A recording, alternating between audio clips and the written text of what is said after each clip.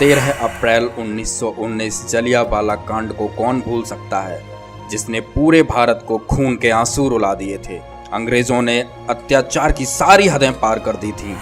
जलियांवाला कांड की तरह 95 साल बाद आत्मा को झकझोर देने वाला कांड हुआ, जिसे बरवाला कांड कहते हैं।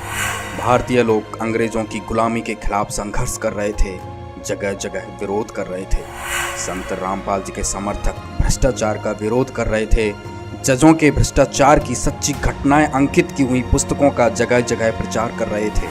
अंग्रेजों ने रॉलेट एक्ट पारित किया, जिसके तहत किसी भी व्यक्ति को केवल शक के आधार पर ही कैद करने की अनुमति दी गई। इसका विरोध करने पर गांधी जी समेत सतपाल तथा सैफुद्दीन कुचलू को गिरफ्तार कर लिया गया।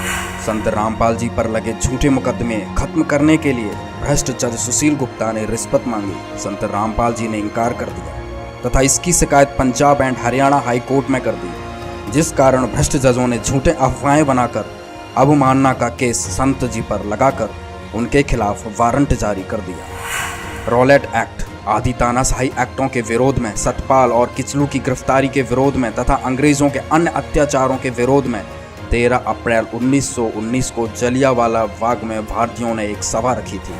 संत रामपाल जी पर झूठे मुकदमे बनाने के विरोध में, बीमार संत जी के अरेस्ट वारंट के विरोध में तथा भ्रष्टाचारियों के अन्य अत्याचारों के विरोध में नवंबर 2014 में संत रामपाल जी के समर्थक आश्रम के बाहर बैठकर संत जी पर लगे मुकदमों की सीबीआई से जांच की मांग कर रहे थे। 18 नवंबर 2014 को भी इसी संदर्भ में आश्रम के बाहर बैठकर न्याय की मांग कर रहे थे। अंग्रेजों ने विरोध को भड़काने से रोकने के लिए पंजाब में कई जगह मार्शल एक्ट लागू करने का निर्णय लिया, जिसके तहत 4 से ज्यादा मनुष्यों की सभा होना निषेध था। 13 अप्रैल 1919 को सुबह के समय मार्शल एक्ट पारित होने की खबर जनरल डायर ने पंजाब में जगह जगह अनाउंस करवाई, किंतु वो खबर पहुंचने में त्रुटि रह गई या लोगों ने ध्यान नहीं दिया, क्योंकि सबको इस विषय में पता नहीं था। भ्रष्ट जजों ने बीमार संत जी के खिलाफ मेडिकल पेश किए जाने के बाद भी 5 नवंबर 2014 को नॉन अवेलेबल वारंट जारी कर दिया तथा भ्रष्ट जजों ने आदेश दिया कि चाहे कितनी ही जान माल की हानि हो, किंतु संत रामपाल जी को गिरफ्तार करें। किंतु इसे लागू करने के लिए 17 नवंबर तक कोई नहीं आया।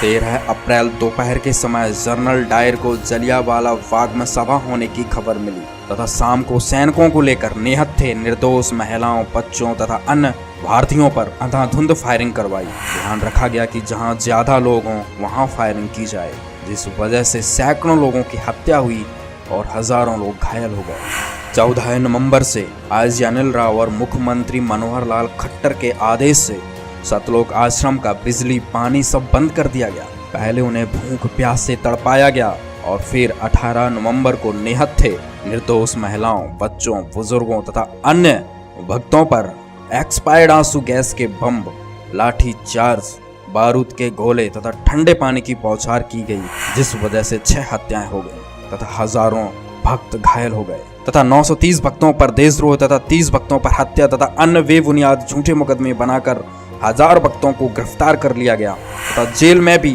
तरह तरह की प्रताड़नाएं दी गईं, अमानवीय व्यवहार किया गया। ध्यान रखा गया कि जहां भक्तों को घाव है वहां विशेष रूप से चोट लगाई जाए। इसके बाद भी जो भी भारतीय विरोध प्रदर्शन करते वहीं अंग्रेज फायरिंग कर देते तथा खूब अत्याचार करते। इसके बाद भी संत रामपाल जी के समर्थक संत रामपाल जी के दर्शनार्थ हिसार जाते, झूठे मुकदमे बनाकर जेल में भेजकर क्रूर यातनाएं देते तथा जो भगत हिसार बरवाला में भी नहीं थे उन्हें भी रोहतक, दिल्ली आदि जगहों से गिरफ्तार करके झूठे मुकदमे बनाकर प्रताड़ित करते। अंग्रेजों ने इस खबर को दबाने की कोशिश की, किंतु असफल रहे। भारतीयों ने एक होकर अंग्रेजों का इस कुकृत्य का विरोध किया। कुछ भारतीयों ने अपने सरकारी पद भी त्याग दिए थे।